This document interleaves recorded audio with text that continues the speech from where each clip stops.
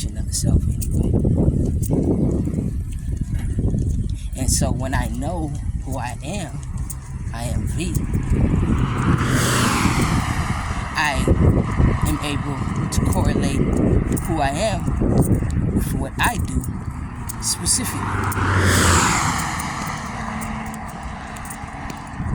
So I go from a state of being, am, to a state of doing. Action, activities, what I do. What is the correlation between who I am? Who I am is my name, thus forth.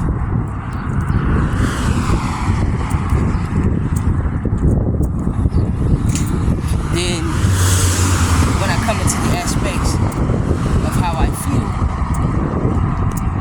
well, how I feel is a connectivity to what I do and do not do, which is on the basis of how I feel.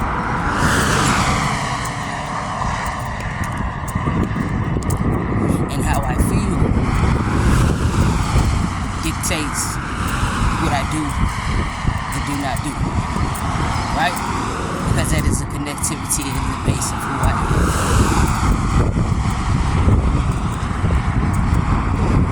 And since I feel everything that we do, especially coming from being a baby, is that which we love.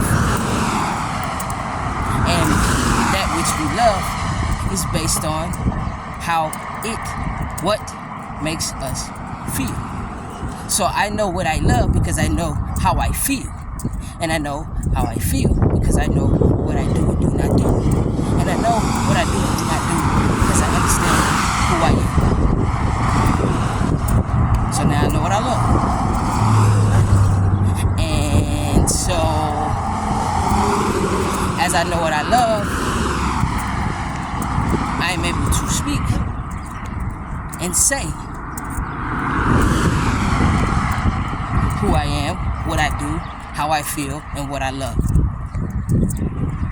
Right? I'm able to speak and say, all from the basis of knowing I am V. Right? Boom. So as I am able to speak from that very same space, and I am able to correlate all the way up into what I love, then I am able to have a connectivity to what I can and cannot see on the basis of what I know and on the basis of who I am, and that dictates what I do, how I feel, what I love, and what I speak upon. And that really creates the reality of what I see. The reality of what I see is a creativity upon the connection of all others. Who I am, what I do, what I feel, and very importantly, what I love and what I speak dictates what I see and who I am, and what I do, and how I feel, and what I love. And what I talk about, what I speak upon.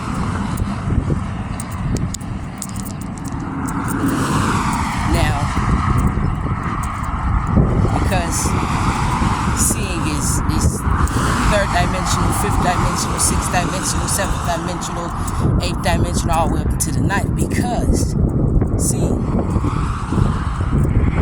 that is a valuable thing, because realities are simultaneous, based upon mind, thought, brainwave, energetic momentum, thus creating a feeling, remember, a feeling of likeness, which ultimately then creates a reality, a symmetry, a synchronicity. You have to have something to connect to, right?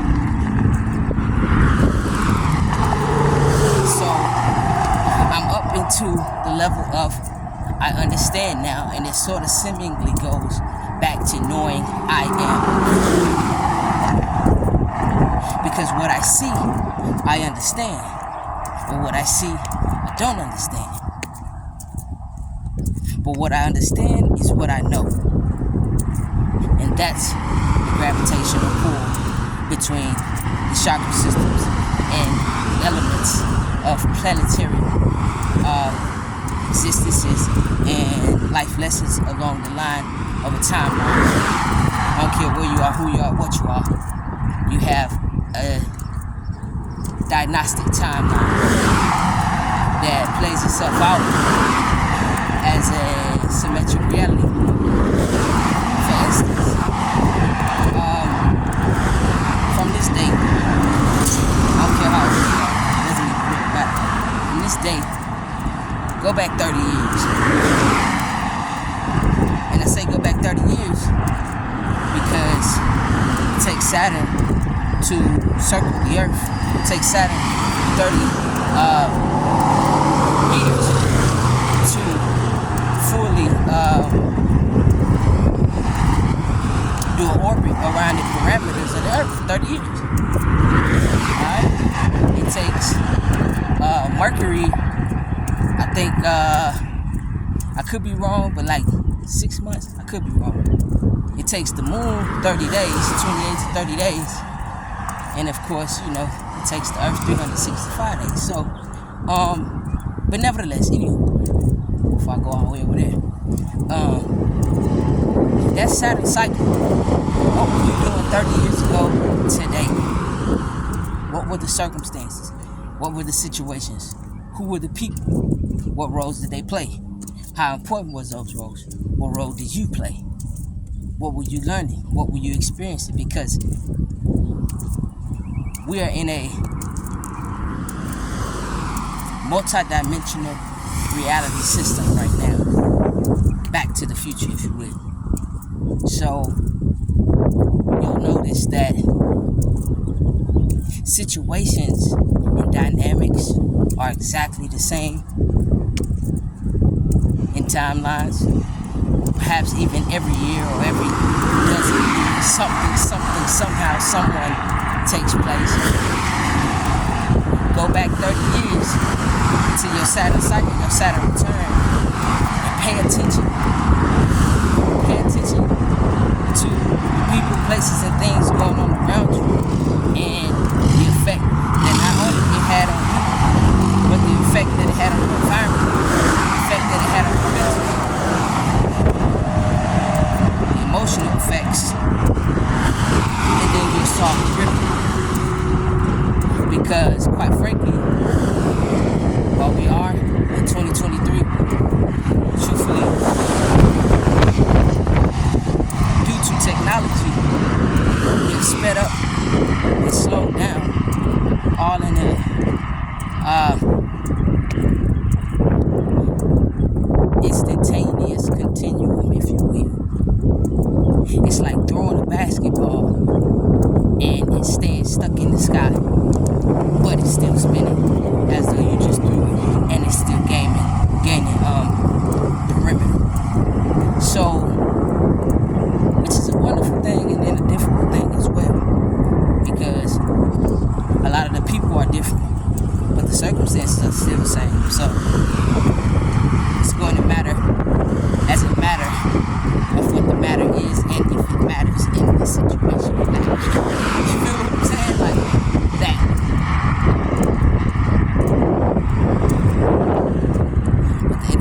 about it is, no matter what is going on, take a look at whatever. Like, I want to see everybody's pictures from like 30 years ago. I got a couple. I want to see everybody's pictures from 30 years ago. And that picture that you look at from 30 years ago, nearly from today or somewhere around this era, go back and think about what you was feeling, seeing, saying, doing, and understanding and knowing about not only yourself, but the circumstances and the people and the situations of life. And truly take a photographic memory, if you will, because photographic memory and imagery is going to be so important to the stuff I'll be talking about anyway. Like, I mean, everyone has their own perspectives and dynamics, but I want to take us somewhere, you know what I'm saying? So the imagination is going to have to be a quantum, you know, an extension of your own mental reality. When you have imagined something so much so that it arrived almost, if not to the moment, to the second, to the millisecond, to the day, to the hour. You know? So, and I'm not an expert, but